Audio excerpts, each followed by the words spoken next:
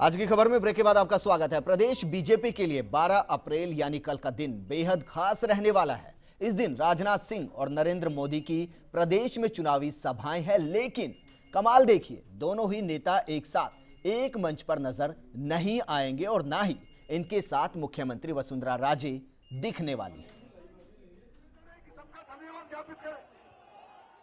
चुनाव प्रचार का पहला दौर थमने से पहले मोदी और राजनाथ प्रदेश में चुनावी सभाओं के जरिए राजस्थान से दिल्ली पहुंचने का रास्ता क्लियर करेंगे। बीजेपी के दोनों दिग्गज राजस्थान के उन इलाकों में अपनी आवाज बुलंद करेंगे जहां पार्टी की स्थिति थोड़ी कमजोर है। मोदी की नजर पश्चिमी राजस्थान पर रहेगी। वो बाड़मेर के पचपदरा और बांसवाड़ा के बेणेश्वर धाम में बीजेपी के पक्ष में माहौल बनाएंगे। राजनाथ पीसीसी चीफ सचिन पायलट के क्षेत्र अजमेर में बीजेपी प्रत्याशी के पक्ष में सभा करेंगे, तो वहीं बीकानेर सांसद अर्जुन राम मेघवाल की हिचकोले खाती नैया को भी पार लगाने की कोशिश करेंगे।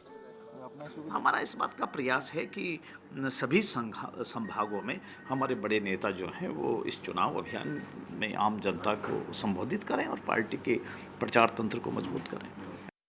मोदी और राजनाथ जब पश्चिमी राजस्थान में कमल का फूल खिलाने में जुटे होंगे, तब मुख्यमंत्री वसुंधरा राजे दक्षिणी राजस्थान में बीजेपी के पक्ष में माहौल बना रही होंगी। राजे इस दिन झालावाड़ बारा में 4 चुनावी सभाएं करेंगी। मतलब राजे, राजनाथ और मोदी दोनों की चुनावी सभा में मौजूद नहीं होंगी। ये भी प्रचार अभियान को लेकर पार्टी की रणनीति का हिस्सा है। सवाल है कि सबकी अपनी सभाएं हैं, सबकी उनकी सबका अपना प्रभाव क्षेत्र है और वो अपने आप में आम जनता के बीच पार्टी का संदेश देने वाले होते हैं। इसलिए एक ही सभा में सबको इकट्ठा करने की आवश्यकता नहीं होती है, अलग अलग क्षेत्र में। सियासी शोरगुल के बीच प्रदेश में शायद ही ऐसा कोई मौका आया होगा जब पार्टी आलाकमान की चुनावी सभा में सत्तारूढ़ सरकार की मुख्यमंत्री प्रदेश में रहकर भी सभा से दूर हो।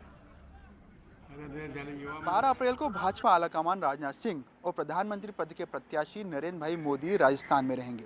बावजूद इसके किसी भी चुनावी सभा में ये दोनों ही नेता एक साथ एक मंच में नजर नहीं आएंगे। खास बात यह भी है कि मुख्यमंत्री वसुंधरा राजे भी इन दिग्गज नेताओं की चुनावी सभाओं से दूर रहेगी।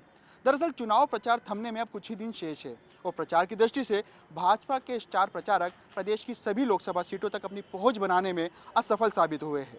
ऐसे में एक रणनीति के तहत ये पूरी योजना बनाई गई है। सहयोगी घनश्याम कुलदीप के साथ पीयूष शर्मा, फास्ट इंडिया, जयपुर। चुनावी चौसर के खेल में मुकाबला अब न सिर्फ मोहरों के बीच है, बल्कि उनके प्यादे जो लगातार उनका प्रचार करने में लगे हैं, उनके बीच भी चल रहा है। तभी तो प्रचार के दौरान अब न सिर्फ नारे के दम पर अपना दम दिखाने की कोशिश की जा रही है, बल्कि हाथों के दम पर भी जोर आजमाइश की जा रही है। आज प्रचार के दौरान जयपुर में बीजेपी और आम आदमी पार्टी के कार्यकर्ता आपस में भिड़ गए। जिस गली से बीजेपी कार्यकर्ता गुजरने वाले थे, वहां आप कार्यकर्ताओं ने झाड़ू हाथ में लेकर नारेबाजी करनी शुरू कर दी। ये देख बीजेपी कार्यकर्ता भी जवाब में नारेबाजी पर उतर आए और देखते ही देखते दोनों दलों के कार्यकर्ता आमने सामने हो गए।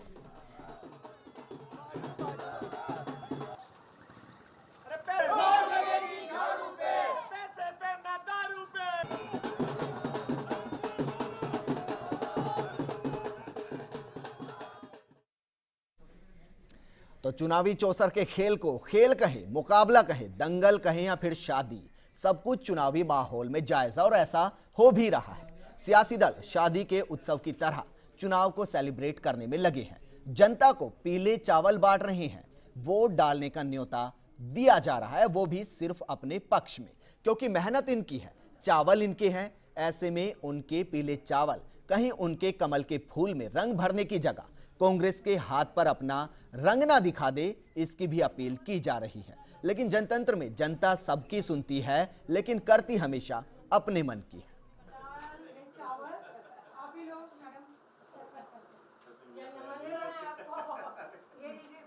हम पीले चावल हर घर घर, हर दुकान एक एक व्यक्ति को पीले चावल इसलिए दे रहे हैं कि 17 तारीख को वोट देने जाएं, कमल पर बटन दबाएं और नरेंद्र मोदी को प्रधानमंत्री बनाए। पीले चावल इसलिए दे रहे हैं कि हर शुभ कार्य और अच्छे कार्य के लिए पीले चावल देना शुभ माना जाता है।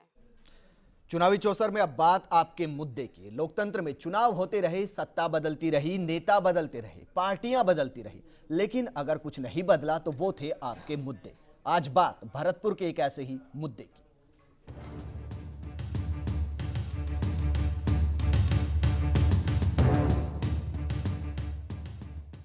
भरतपुर के लोगों तक चंबल नदी का मीठा पानी पहुंचाने का वादा किया गया था, लेकिन यहां के लोग कई चुनाव का सफर तय कर चुके हैं, लेकिन पानी का उन तक पहुंचने का सफर अभी भी अधूरा है। जरा देखिए। भरतपुर में लंबे अरसे से मीठे और स्वच्छ पानी की आवश्यकता महसूस की जा रही थी।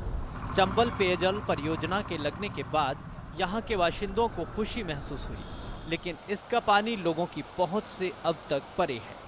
भरतपुर क्षेत्र के कुल क्षेत्रफल में 20% शहरी तबका और 80% ग्रामीण तबका बसा हुआ है और अभी तक शहरी क्षेत्र को चंबल की जलापूर्ति पूर्णतः तय नहीं हो पाई है। ग्रामीण क्षेत्र में इस पानी का उपयोग कब तक हो पाएगा, ये एक बड़ा सवाल बना हुआ है।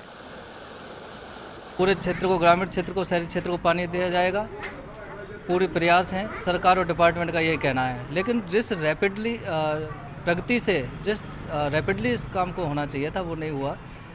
पूरे शहर में, यानी कि ग्रामीण और शहर को, भरतपुर क्षेत्र को लगाएं तो मेरे हिसाब से 20% शहर आता है और 80% ग्रामीण क्षेत्र है। पूरे 20% ग्रामीण क्षेत्र में भी इसका नेटवर्क ड्रिंकिंग वाटर फॉर इसका चंबल परियोजना का नहीं हो पाया है।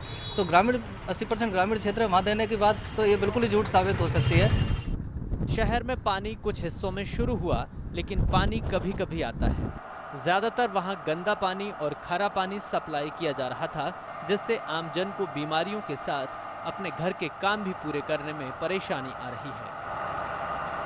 चंबल का जो भी पानी है जो दिया जा रहा है उसमें भी कोई हमें कुछ लाभ नहीं है और पानी भी पूरा नहीं मिल रहा है, न पूर्ति हो पाती है उससे, घर का भी खर्च नहीं चल पाता है। एक गृहस्थी के हिसाब से भी पानी नहीं आ रहा है और पहले तो बहुत ही खारा और गंदा पानी आता था।